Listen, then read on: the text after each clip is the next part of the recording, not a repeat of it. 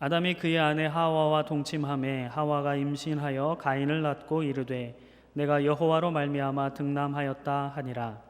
그가 또 가인의 아우 아벨을 낳았는데 아벨은 양치는 자였고 가인은 농사하는 자였더라. 세월이 지난 후에 가인은 땅의 소산으로 제물을 삼아 여호와께 드렸고 아벨은 자기도 양의 첫 새끼와 그 기름으로 드렸더니 여호와께서 아벨과 그의 제물은 받으셨으나 가인과 그의 제물은 받지 아니하신지라. 가인이 몹시 분하여 안색이 변하니 여호와께서 가인에게 이르시되 내가 분하여 함은 어찌 됨이며 안색이 변함은 어찌 됨이냐. 내가 선을 행하면 어찌 낯을 들지 못하겠느냐. 선을 행하지 아니하면 죄가 문에 엎드려 있느니라. 죄가 너를 원하나 너는 죄를 다스릴지니라. 가인이 그의 아우 아벨에게 말하고 그들이 들에 있을 때에 가인이 그의 아우 아벨을 쳐 죽이니라. 배에는 배의 방향을 조종하는 장치인 키가 있습니다.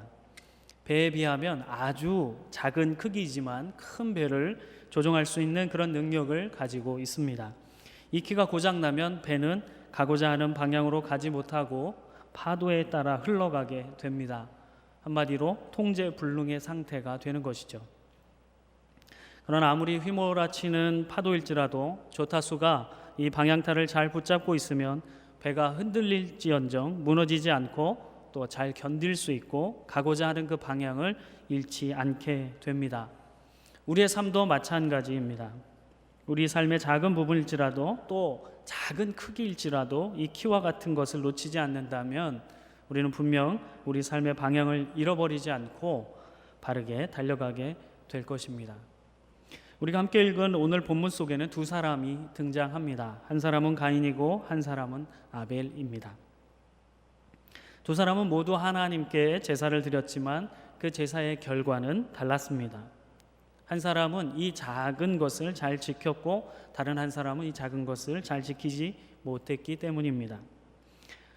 가인은 결국 되돌릴 수 없는 그런 일을 일으키고 맙니다.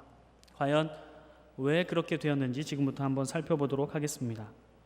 아담과 그의 아내 하와가 하나님께로부터 에덴 동산에서 나가라 명함을 받고 벌을 받고 저주를 받고 쫓겨나서 동침함에 아들을 낳습니다.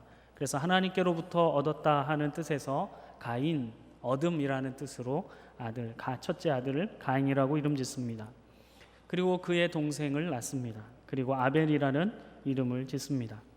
아벨은 양을 치는 자였다라고 말합니다. 하지만 사실은 양만 치는 것이 아니라 가축을 치는 자라는 말이 어원에는 좀 더 어울릴 것 같습니다. 가인은 땅을 정복한 사람이었습니다. 그래서 땅을 일구고 거기서 나는 소산을 먹는 그런 사람이었습니다. 3절을 보니까 세월이 지난 후에 이들이 각각 각자의 소산을 가지고 여호와 하나님께 드립니다. 가인은 땅을 정복한 사람이었기 때문에 땅의 소산을 가지고 제물을 삼아서 드렸고 아벨은 가축을 치는 자였는데 그 중에 양의 첫 새끼와 그의 기름으로 하나님 앞에 드립니다. 그런데 아벨과 그의 제물은 받으셨지만 가인과 그의 제물은 받지 않으셨다라고 말씀하십니다. 이것을 두고 청교도 신학자인 존 오웬이라고 하는 신학자는 아벨은 피의 제물로 제사를 드렸기 때문에 하나님께서 받으셨고 가인은 그렇지 않기 때문에 받지 않으셨다라고 말합니다. 하지만 그것보다도 제물을 드리는 자의 태도에 문제가 있었다라고 하는 것이 많은 신학자들의 공통적인 의견입니다. 저도 그렇게 그 의견에 동의하고 있습니다. 왜냐하면 7절을 보면 이렇게 말씀하세요. 선을 행하면 어찌 낯을 들지 못하겠느냐 이렇게 말씀하시기 때문에 그렇습니다. 가인은 선한 일을 하지 않았던 것입니다. 선한 행동을 하지 않았고 선한 마음을 갖고 있지 않았던 것입니다. 그것이 단독 그 제사를 드릴 때만 그런 행동, 그런 마음을 갖지 못했다는 것이 아니라 그의 삶이 그러했다라는 것입니다. 또 히브리서 11장 우리가 믿음장이라고 하는 히브리서 11장 4절에도 보면 믿음으로 아벨은 가인보다 더 나은 제사를 하나님께 드림으로 의로운 자라 하시는 증거를 얻었으니 하나님이 그 예물에 대하여 증언하심이라 이렇게 말씀하고 있습니다. 믿음을 갖지 못하고 그 믿음의 대상인 그분을 경외하고 그 마땅히 그분 앞에 돌려야 할 모든 것을 돌리지 못했던 것, 그것이 선을 행하지 않았던 것이라고 하나님은 결정하시고 그렇게 생각하시고 인정하셨던 것 같습니다. 제물의 형태보다, 예배의 형태와 예배의 횟수보다 중요한 것은 그 예배를 드리는 자의 중심과 태도이다라는 것을 말씀하시는 것입니다. 아무도 예배의 자세를 고쳐 앉으시는 분이 없고 옷 매무새를 가다듬으시는 분이 없어요. 지금 최선을 다하여 드리고 계시기 때문에 그렇죠. 어찌됐든 그 결과 하나님은 아벨과 그의 제물은 받으셨습니다. 아벨의 삶은 믿음이 있는 삶이었고 선을 행하는 삶이었기 때문에 그렇죠. 그러나 가인과 그의 제물은 받지 않으셨습니다. 그렇지 않았기 때문이죠. 그런데 가인의 행동을 보시기 바랍니다. 가인은 화를 냅니다. 그것도 얼굴에 다 드러내도록 화를 냅니다. 5절에 보니까 가인과 그의 제물은 받지 아니하신지라 가인이 몹시 분하여 안색이 변하니 얼굴이 떨어졌다라는 거거든요. 그런 의미가 있는데 표정이 완전히 다 드러나도록 분을 내고 있는 것입니다. 하나님은 이에 대해서 왜 네가 화를 내느냐라고 물으시면서 말씀하시는 거죠. 선을 행하면 어찌 낯을 들지 못하겠느냐, 네가 선을 행하지 아니하였다라고 말씀하시는 것입니다. 오늘 여기 수요예배에 나오신 우리 모든 성도님들 오늘 선을 행하고 나오셨습니까? 네. 이런 질문을 하지 말아야 되는데 그렇죠? 하나님이 그렇게 말씀을 하십니다. 그 결과 가인은 선을 행하지 못하였기 때문에 내가 이것을 받지 않았다라고 하시는 말씀이시죠. 이 말은 무슨 말씀이신가요? 반대로 또 그 의미를 되짚어 본다면 네가 삶 가운데 선을 행한다면 내가 너의 예배를 받을 것이다 라고 하는 것이죠. 하나님의 심판에 대한 진노에 대한 선포는 무엇일까요? 그 참된 의미는 그 자리에서 회개하고 돌아서서 내게로 오라 하시는 것이죠.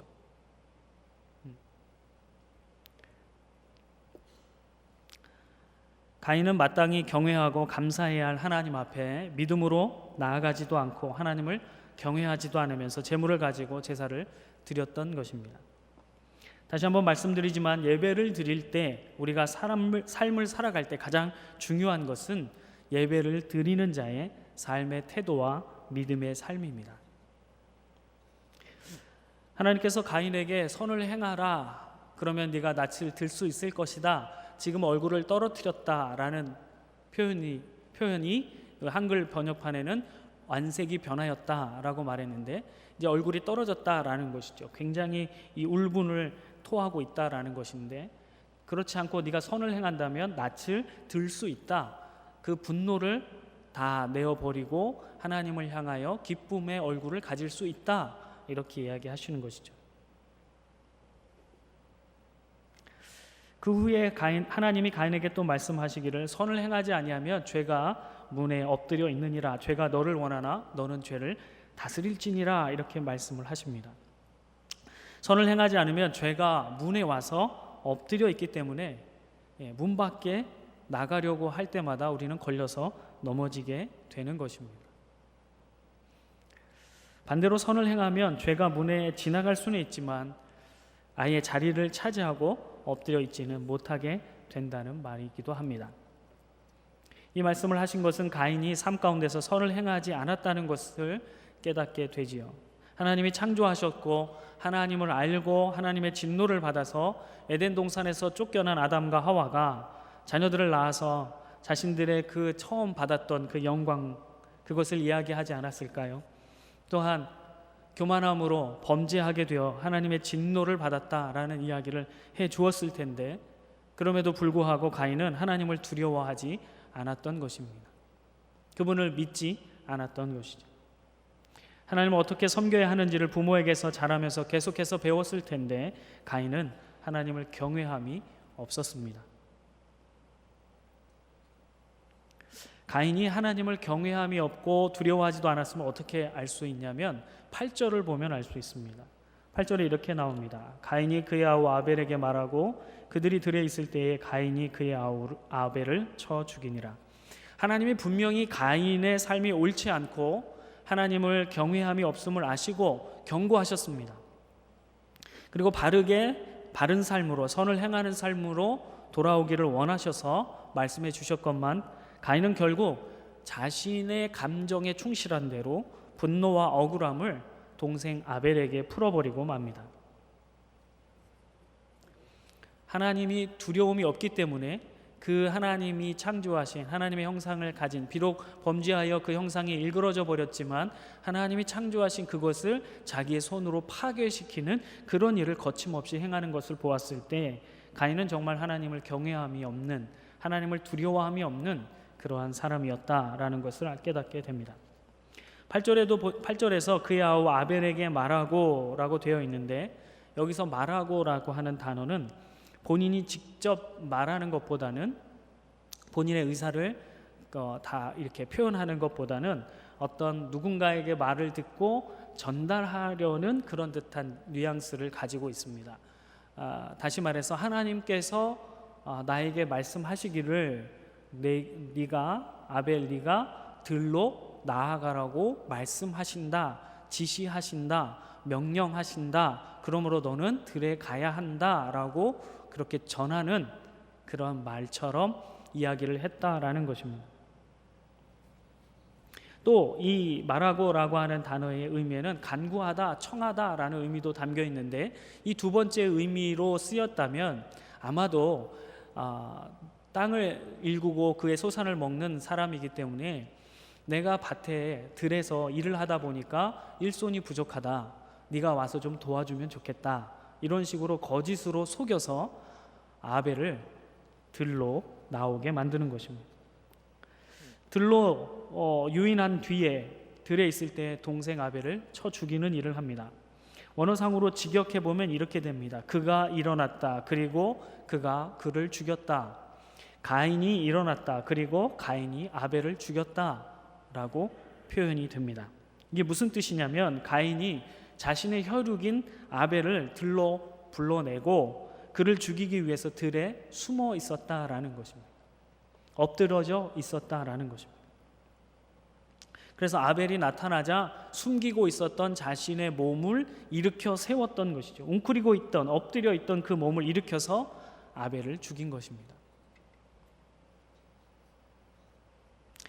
선을 행하지 않으면 죄가 문에 엎드려 있다라고 말씀하셨는데, 이 엎드려 있다라는 표현, 이것은 마치 맹수가 먹잇감을 찾고서 먹이에게 달려들기 전에, 공격하기 전에 한껏 몸을 낮춘 그러한 모습입니다. 언제라도 빈틈이 보이면 달려들어서 그 먹잇감을 먹으려고 하는 자세로 엎드려져 있다라는 것이죠. 그거와 마찬가지로 아벨도 그러한 자세로 그 바닥에 엎드러져 있었던 것입니다. 아주 철두철미하게 모든 것을 준비하고 계획적으로 아벨을 죽이기 위해서 준비하고 있었던 것입니다. 베드로전서 5장 8절의 말씀처럼 우는 사자와 같이 삼킬 자를 두루 찾는 모습으로 자신의 동생을 죽이는 그런 너무나 잔인무도한 죄악을 저지르게 됩니다. 왜 이런 일이 가인을 통해서 이루어지게 되었을까요? 가인이 하나님을 모르는 사람도 아니고 하나님께 예배하지 않는 자도 아니었습니다. 하나님께서도 가인을 사랑하셔서 그에게 나타나셨고 그에게 경고하셨는데도 그는 자신의 혈육인 동생 아벨을 아주 주도 면밀하게 계획하여서 죽이는 그런 살인자가 됩니다. 결국 하나님께서 자신에게 허락하신 땅에서 멀어지게 되고 유리하는, 방황하는 자가 됩니다. 또 언제 누군가에게 의해서 죽을지 모르는 그런 두려움에 사로잡혀 살아가게 됩니다. 가인이 그렇게 될 수밖에 없었던 이유는 하나님을 경외하지 않고 믿음이 없이 선을 행하지 않고 스스로 조심하지 않았기 때문입니다. 하나님께서 가인에게 말씀하셨죠. 선을 행하지 않으면 죄가 문에 엎드려 있다. 문 열고 나오면 걸려 넘어지게 하고 문 열고 나오면 바로 잡아먹으려고 그 자세로 공격하기 위하여 있다라고 하는 것이죠. 그리고 죄는 가인 너를 원한다. 마치 강물이 넘쳐 흘러서 사방으로 흘러가는 것처럼 또 먹지 못해 줄여서 음식을 간절히 찾듯이 그렇게 너를 원하고 있다. 그러니 너는 죄를 다스릴지니라. 이렇게 말씀하셨어요. 다스리다라는 말은 통치하다, 주장하다라는 뜻인데, 죄를 통치해라, 다스려라, 주장해라 라고 하는 말씀을 하신 것입니다. 여기에 보면 참 놀라운 하나님의 은혜가 우리에게 있는 것을 보게 됩니다.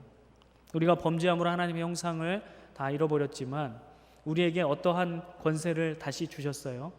죄를 다스릴 수 있는 권세를 주셨다라는 것입니다. 우리가 범죄하는 것은 어떤 것에서부터 시작되나요? 우리 안에 있는 이 마음을 다스리지 못할 때 죄를 선택하게 됩니다. 여러분, 상황과 환경이 우리를 죄로 가까이 가게 만들고 죄를 짓게 만드는 것이 아니다라는 것입니다. 죄는 우리의 선택으로부터 지어지게 된다라는 것입니다. 우리는 워낙 악하기 때문에 우리가 예수 그리스도의 보혈로 죄 사함을 받았지만 여전히 우리 안에는 죄성이 남아있기 때문에 우리는 성령의 도우심이 아니면 언제나 죄를 선택할 수 있는 그런 존재다라는 것입니다. 그러나 놀라운 은혜는 무엇이에요? 우리에게 예수 그리스도를 통하여 성령을 보내주셔서 우리가 죄를 다스릴 수 있는 권세가 있다라는 것이죠. 그래서 명령하신 것이에요. 너는 죄를 다스려야 한다라고 말하고 있습니다. 영어 성경으로 보면 반드시 you must master it 합니다. 그것을 자유자재로 움직일 수 있는 그런 주인이 되어라. 그리고 그런 달인, 명인이 되어라 라고 말씀하고 있습니다. 반드시 그 일을 해야 한다라고 명령하시는 것입니다. 하지만 가인은 그것을 하지 못하였습니다. 그저 죄에 자신을 맡기고 말았습니다. 스스로 조심하지 않고 이 신앙의 키와 같은 이 믿음을 저버린 것입니다. 하나님을 경외하고 두려워하는 그 마음을 버려버리고 결국 동생을 죽이는 그런 일을 하고 맙니다. 우리 인생은 늘 선택을 하며 삽니다. 어느 방향으로 갈지 결정을 하며 삽니다. 배가 목표하는 곳으로 가기 위해 키가 고장나지 않아야 하듯이 우리 신앙생활에서도 바른 선택을 하려면 신앙의 키가 중요합니다. 이 신앙의 키는 바로 믿음입니다. 믿음은 무엇일까요? 하나님이 나의 주인됨을 인정하는 것입니다. 마땅히 하나님을 경외하고 두려워하는 것, 그것이 믿음입니다. 그래서 그분이 말씀하시는 대로 살아가는 것, 상황과 환경을 핑계치 않고 현실에 안주하지 않고 끝까지 달려가는 것, 그것이 믿음입니다. 이 믿음이 견고하지 않다면, 이 믿음이 제 기능을 발휘하지 않는다면 우리는 세상의 풍조에 휩쓸려서 이리 밀리고 저리 밀리게 될 것입니다. 우리는 이 믿음으로 스스로 조심하여야 할 것입니다. 믿음을 가지고 스스로 조심한다라는 말은 하나님이 나와 함께 하심을 믿고 죄를 대적하는 것입니다. 죄를 저항하는 것입니다. 무엇인가 우리에게 죄를 짓기 위해서 다가오는 그것을 향하여 내가 그것을 선택하지 않을 것이다. 나는 하나님을 경외하고 하나님을 두려워하는 자이기에 내가 그것을 선택할 수 없다라고 저항하고 대적해야 한다라는 것입니다. 어떻게 하는 것이 바르게 저항하는 것이고 대적하는 것인지 우리 야고보서 4장 7절에서 8절을 함께 한번 보도록 하겠습니다. 야고보서, 신약성경 야고보서 4장입니다.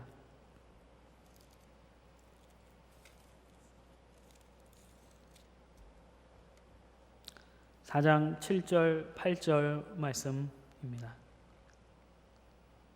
신약성경 374쪽에 있습니다.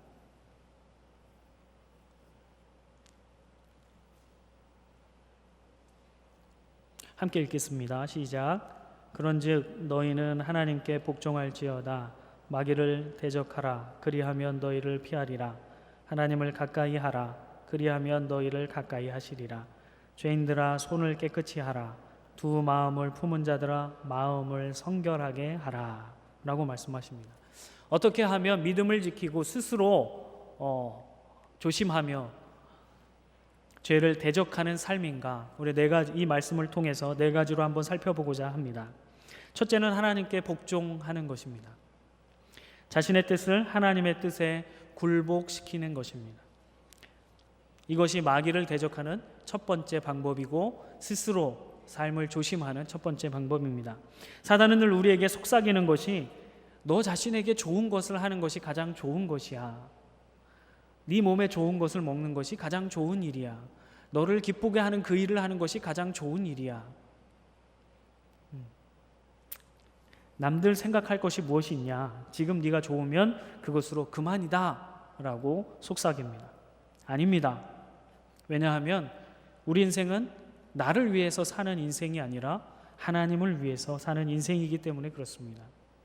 내가 좋은 것이 아니라 내가 손해보고 내가 아프고 내가 힘들고 내가 눈물 나도 하나님이 기뻐하시는 그 길을 걸어가는 것이 우리의 마땅한 삶이기 때문에 그렇습니다.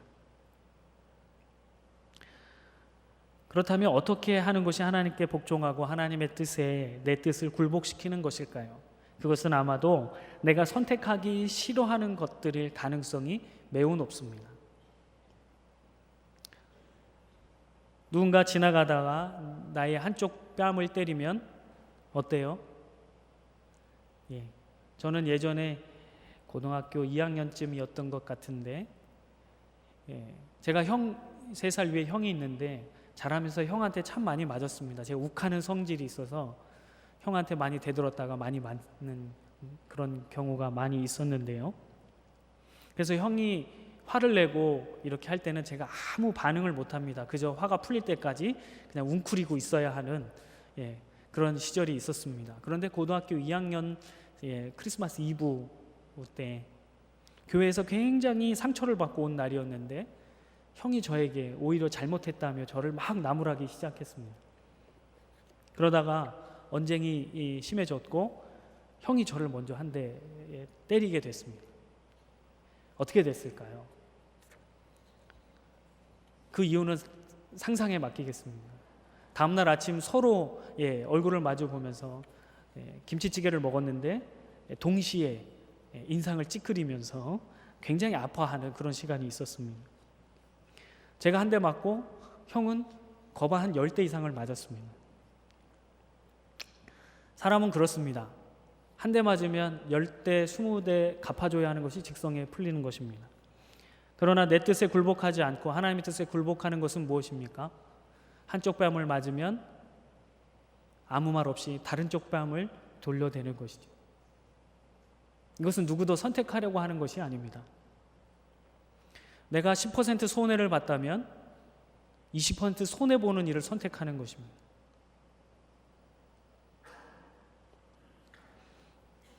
(5분만) 나랑 같이 있어달라고, 5분만 나의 얘기를 들어달라고 하면 10분이고 20분이고 그의 이야기를 들어주는 것입니다. 겉옷을 빌려달라고 하면 속옷까지 내어주는 그런 삶이 나의 뜻에 굴복하는 나의 뜻을 하나님의 뜻에 굴복시키는 삶입니다. 그것이 하나님 앞에 복종하는 삶입니다. 언제든지 내가 손해보라 하는 말은 아닙니다. 그것이 하나님의 말씀에 맞다면 기꺼이 나의 손해도 감수하라라는 것입니다. 내가 좀 더 편안하고 내가 좀 더 유익을 얻을 수 있지만 그럼에도 불구하고 그것을 포기하라라는 것입니다. 그것이 내 뜻을 하나님의 뜻에 굴복시키고 복종하는 것입니다. 내가 선택하기 싫고 손해보기 싫은 일, 그것을 실천하는 것이 내 뜻대로의 삶이 아니라 하나님께 복종하는 삶이 될 것입니다. 둘째는 하나님을 가까이 하는 것입니다. 늘 곁에 두고 싶은 사람은 어떤 사람인가요? 사랑하는 사람입니다. 사랑하는 연인들을 보면 잠시라도 떨어지지 않으려고 그냥 발버둥 치는 모습을 볼 수 있습니다. 여자친구를 집에 데려다 주면서 왜 집 주변을 몇 바퀴씩 도는지 모르겠습니다. 안 해보셨나 봐요. 저는 아내랑 데이트를 하다가 집에 들어가면 어머니가 계속 전화를 합니다. 언제 들어오니? 언제 들어오니? 지금 가요 하면서도 집을 한 3바퀴는 더 돕니다. 지금 어머니가 와 계시지만 그리고 문 앞에서 이제 들여보내려고 서서 잘 가 이렇게 인사하고도 10분을 더 이야기하지요. 그리고 들어가자마자 1분도 안 돼서 뭐 합니까? 전화합니다. 잘 들어갔냐고. 지금 방금 잘 들여보냈으면서도 바로 전화합니다. 정말 사랑하는 사람들 같다라는 느낌이 들지요. 사랑하는 사람은 그렇게 가까이 하고 싶어 합니다. 늘 곁에 두고 싶어 하지요. 그래서 결혼을 하는 것 같습니다. 하나님을 사랑하신다면 하나님을 가까이 하시기 바랍니다. 능동적으로, 수동적으로 그냥 죄를 피하는 것이 아니라 하나님을 가까이 하는 것입니다. 그러면 하나님과 가까이 있기 때문에 하나님의 영광의 빛 가운데 있게 되고 선한 것을 선택할 수 있는 그런 기회도 많아지고 그런 능력도 주께로부터 받게 되기 때문입니다. 하나님을 가까이 하는 방법엔 여러 가지 방법이 있습니다. 새벽마다 새벽 기도를 할 수 있고요. 아침마다 말씀을 묵상할 수 있고요. 일하는 내내 찬양을 들으면서 고백하며 흥얼거리며 할 수도 있고요. 스마트폰으로 주일 말씀을 다시 들을 수도 있습니다. 성경을 열어서 하나님의 말씀을 차근차근 읽어 내려갈 수도 있습니다. 이렇게 혼자서 하실 수도 있지만 우리 이렇게 수요 예배처럼 여럿이 함께 모여 예배, 공예배를 드릴 수도 있습니다. 또 구역 예배에 최선을 다하는 것도 하나님을 가까이 하는 것입니다.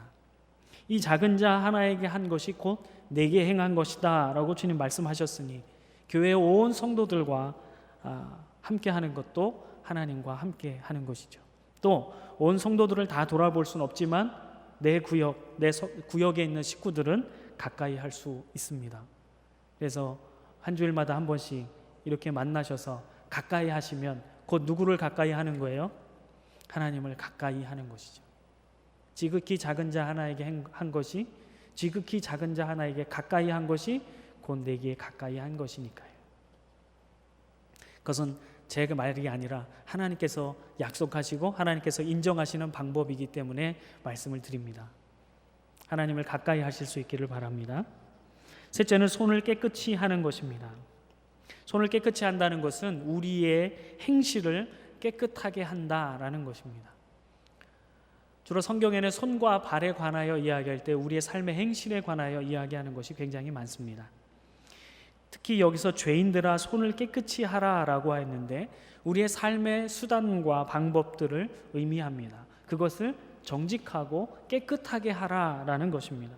이 세상을 살아가면서 우리가 사는 모든 삶의 방법들과 도구들이 깨끗해야 한다라는 것입니다.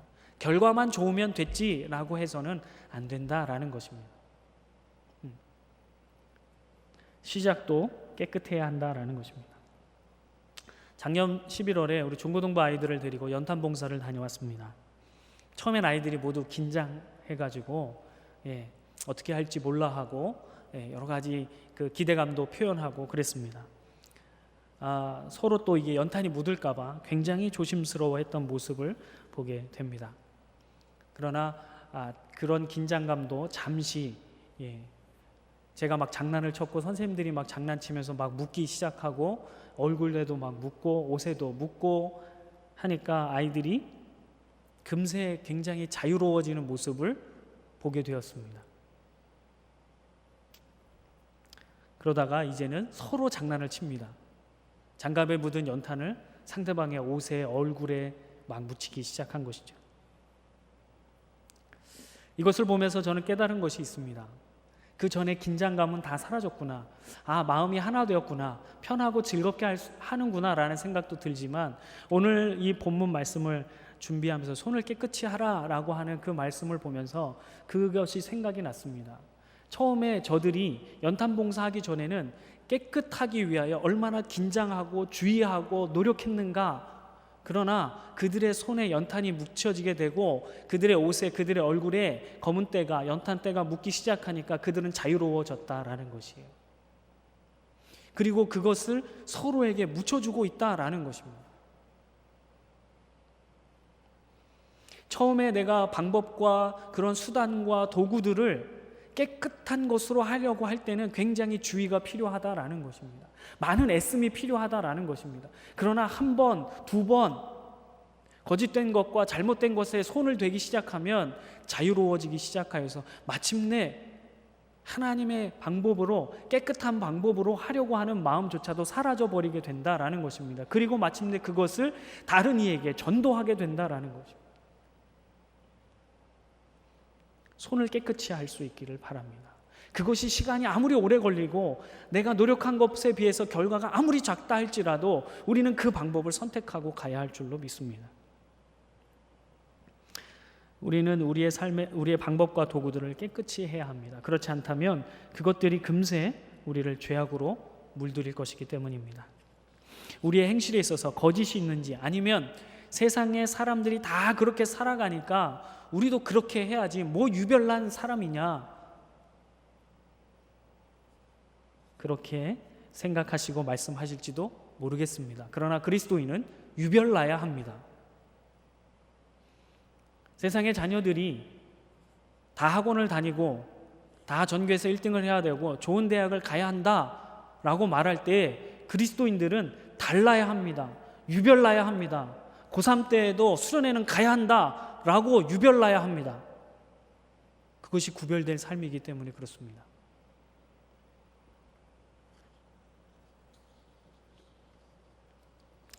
죄의 씨가 우리 마음 가운데 들어오면 그것이 자라서 큰 나무가 되고, 그것이 또 다른 씨를 뿌려서 큰 숲이 되어버리고, 우리는 햇빛을 볼 수 없고 결국 그 숲의 그늘에 가려서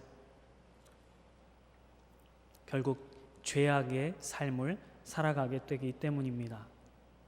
지금까지 그랬다면 지금까지 중요한 것이 아닙니다. 이제는 달라져야 하는 것이죠. 이제는 우리가 생각하고 행동하는 모든 방법과 도구들, 수단을 깨끗이 하실 수 있기를 바랍니다. 넷째는 마음을 성결하게 하는 것입니다. 마음을 성결하게 하라라는 말씀 앞에 두 마음을 품은 자들아 라고 하는 말씀이 있습니다. 이 말씀은 무슨 뜻일까요? 우리의 마음이 두 마음을 품었다, 두 개가 공존하고 있다라는 것이죠. 한쪽 마음은 여전히 세상에 자리 잡고 있어서 세상이 주는 그런 인간적인, 육체적인 쾌락과 즐거움을 마음껏 누리고 있는 것입니다. 또 한쪽 마음은 주님 앞에, 주님께 자리하고 있어서 힘들고 어려울 때는, 세상이 줄 수 없는 위로가 필요할 때는 교회에 와서 마음의 위로를 얻는 그런 상태를 가진, 그런 두 마음을 가진 상태, 그런 자들을 말하는 것입니다.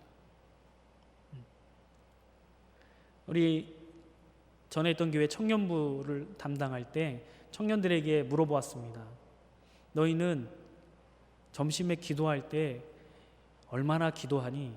15초 정도 기도하는 사람 손 들어봐. 그랬더니 절반 이상이 손을 들더라고요. 그래서 참 감사하다. 그리고서 그 감사하다라고 하는 말이 끝남과 동시에 제가 아무 말도 하지 않고 15초를 기다려봤습니다. 초침이 돌아가는 걸 보면서.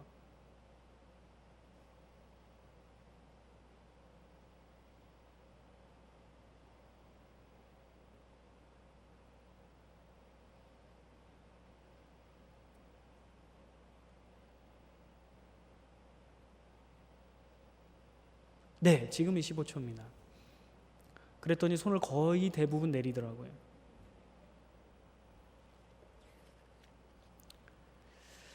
세상에 가면, 학교에 가면 언제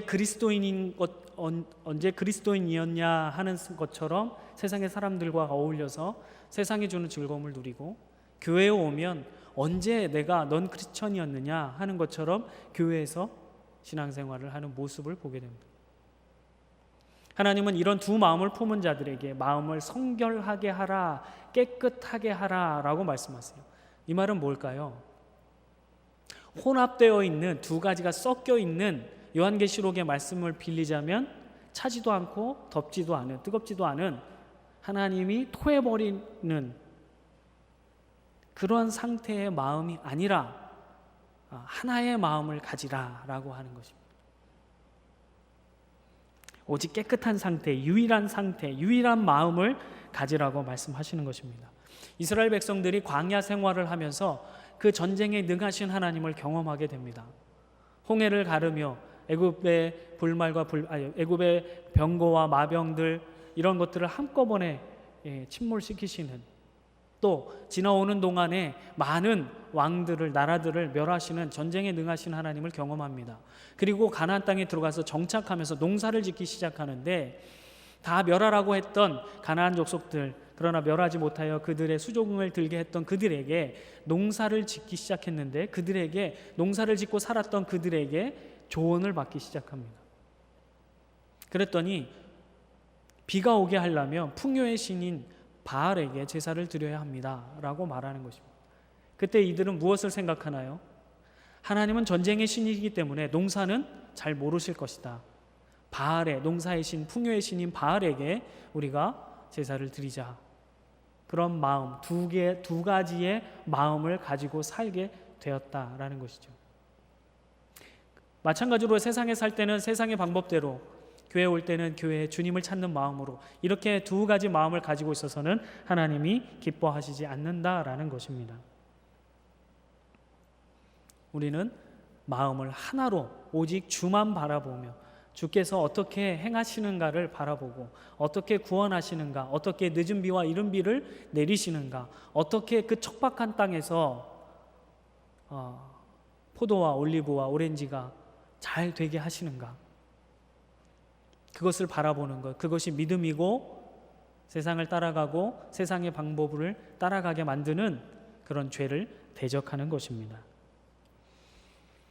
이렇게 하나님의 뜻에 복종하고 하나님을 가까이 하고 또 손을 깨끗이 하며 마음을 성결하게 하는 것, 그것이 마귀를 대적하는, 죄를 대적하는 것입니다. 그리고 스스로 조심하여서 믿음을 지킴으로 우리가 달려가야 할 그 방향을 바르게 가도록 만드는 것입니다.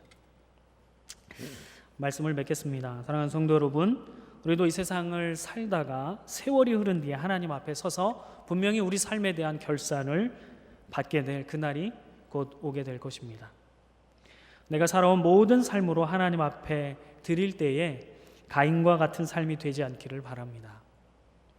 하나님은 우리가 어떤 재물을 가지고 몇 번 예배를 드렸는지, 몇 년 동안 신앙생활을 했는지, 그러한 것보다도 먼저 하나님은 우리의 삶의 태도가 어떠했는지, 하나님을 향한 마음이 어떠했는지, 스스로 조심하여 죄를 대적하며 바른 믿음의 삶을 살았는지를 살펴보실 겁니다. 가인과 아벨의 제사를 보면 재물 이야기보다도 가인과 아벨과 그 사람의 이름이 먼저 나오는 것을 보게 됩니다.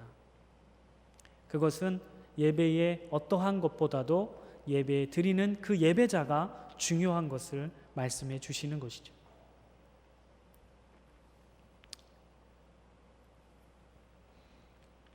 우리 모두가 하나님 앞에 설 때에 아벨과 같이 하나님께서 인정하시고 하나님이 받으실 만한 그런 인생이 되기를 간절히 바랍니다.